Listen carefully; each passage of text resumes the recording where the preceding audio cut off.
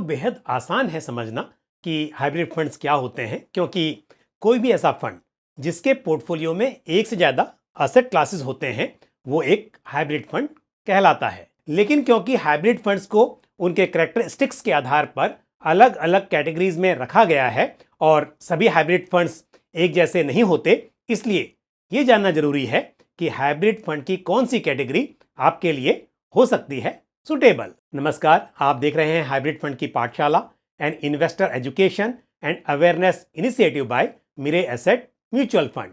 मैं हूं Pankaj Mathpal. Hybrid fund की पाठशाला के इस एपिसोड में आज हम समझने की कोशिश करेंगे कि आप अपने लिए एक सुटेबल हाइब्रिड फंड कैसे चुन सकते हैं।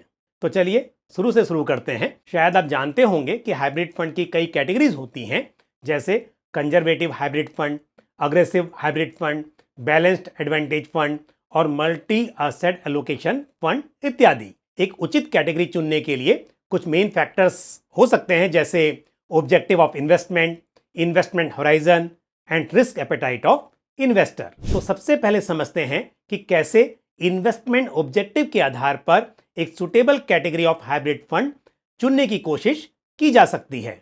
एक कंजर्वेटिव हाइब्रिड फंड में डेट एलोकेशन इक्विटी के मुकाबले कम होता है और इसके विपरीत एक अग्रेसिव हाइब्रिड फंड में इक्विटी का रेशियो डेट के मुकाबले अधिक होता है। ऐसे में यदि इन्वेस्टमेंट का ऑब्जेक्टिव इक्विटी और डेट में डाइवर्सिफाई करके लॉन्ग टर्म कैपिटल एप्रिसिएशन है तो अग्रेसिव हाइब्रिड फंड सुटेबल माने जा सकते हैं। लेकिन यदि इन्वेस्टमेंट का objective predominantly debt and money market instruments में इन्वेस्ट करके रीजनेबल रिटर्न्स जनरेट करना है, तब कंजर्वेटिव हाइब्रिड फंड्स आपके लिए सुटेबल हो सकते हैं। बैलेंस एडवांटेज फंड या dynamic asset allocation fund hybrid fund की एक ऐसी कैटेगरी है जिसमें इक्विटी और डेट दोनों एसेट क्लासेस में इन्वेस्ट तो किया जा सकता है, लेकिन इक्विटी और डेट का रेशियो फिक्स नहीं होता, बल्कि इसे मार्केट की सिचुएशन के अकॉर्डिंग डायनेमिकली मैनेज किया जाता है। ऐसे में हो सकता है कि किसी एक समय पर फंड का फोकस इक्विटी पर हो, इसलिए इन्वेस्टर्स अपने लॉन्ग टर्म फाइनेंशियल गोल्स जैसे कि रिटायरमेंट कॉर्पस बिल्ड करने के लिए इस कैटेगरी के फंड्स कंसीडर कर सकते हैं। इसके अलावा लॉन्ग टर्म फाइनेंशियल गोल्स के लिए multi asset allocation fund category भी कंसीडर की जा सकती है, क्योंकि ये फंड्स इक्विटी, डेट और कमोडिटीज जैसे गोल्ड, सिल्वर इत्यादि में निवेश कर सकते हैं और डिफरेंट एसेट क्लासेस के बीच लो कोरिलेशन होने से डाइवर्सिफिकेशन का फायदा मिलता है। दूसरा इंपॉर्टेंट फैक्टर है रिस्क एपेटाइट। हर इन्वेस्टर की रिस्क टॉलरेंस कैपेसिटी अलग अलग हो सकती है। हम जानते हैं कि equity long term capital appreciation का पोटेंशियल तो रखती है, लेकिन साथ ही अपनी वोलेटिलिटी के लिए भी जानी जाती है। यानी किसी एक फंड में अधिक इक्विटी एलोकेशन मतलब अधिक उतार चढ़ाव की संभावना।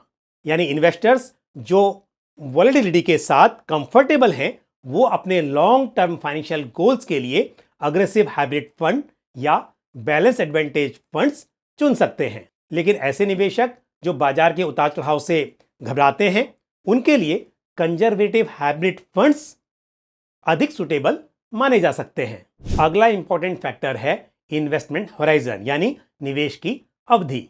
यदि आप ये मानकर चलते हैं कि इक्विटी मार्केट में छोटी अवधि में उतार चढ़ाव का जोखिम लॉन्ग टर्म के मुकाबले अधिक होता है, तो लंबी अवधि के निवेश के लिए aggressive hybrid funds, balance advantage fund और multi asset allocation funds suitable माने जा सकते हैं। और वहीं छोटी अवधि में कंजर्वेटिव हाइब्रिड फंड्स मेरे हिसाब से ज्यादा सुटेबल हो सकते हैं। इन्वेस्टर्स इस जानकारी को एक रेफरेंस के तौर पर कंसिडर कर सकते हैं, लेकिन आखिर कौन सी कैटेगरी एक इन्वेस्टर के लिए सुटेबल रहेगी, ये इन्वेस्टर की अपनी जरूरत पर भी निर्भर करेगा। उम्मीद है कि आपको जानकारी पसंद आई होगी।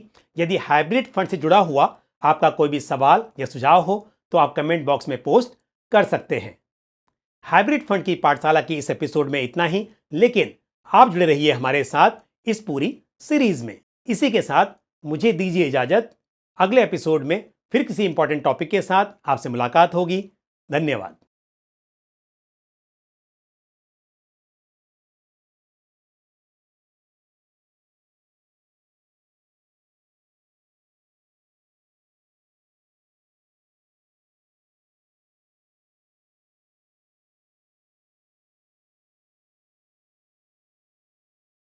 म्यूचुअल फंड निवेश बाजार जोखिमों के अधीन है। योजना से संबंधित सभी दस्तावेजों को ध्यान से पढ़ें।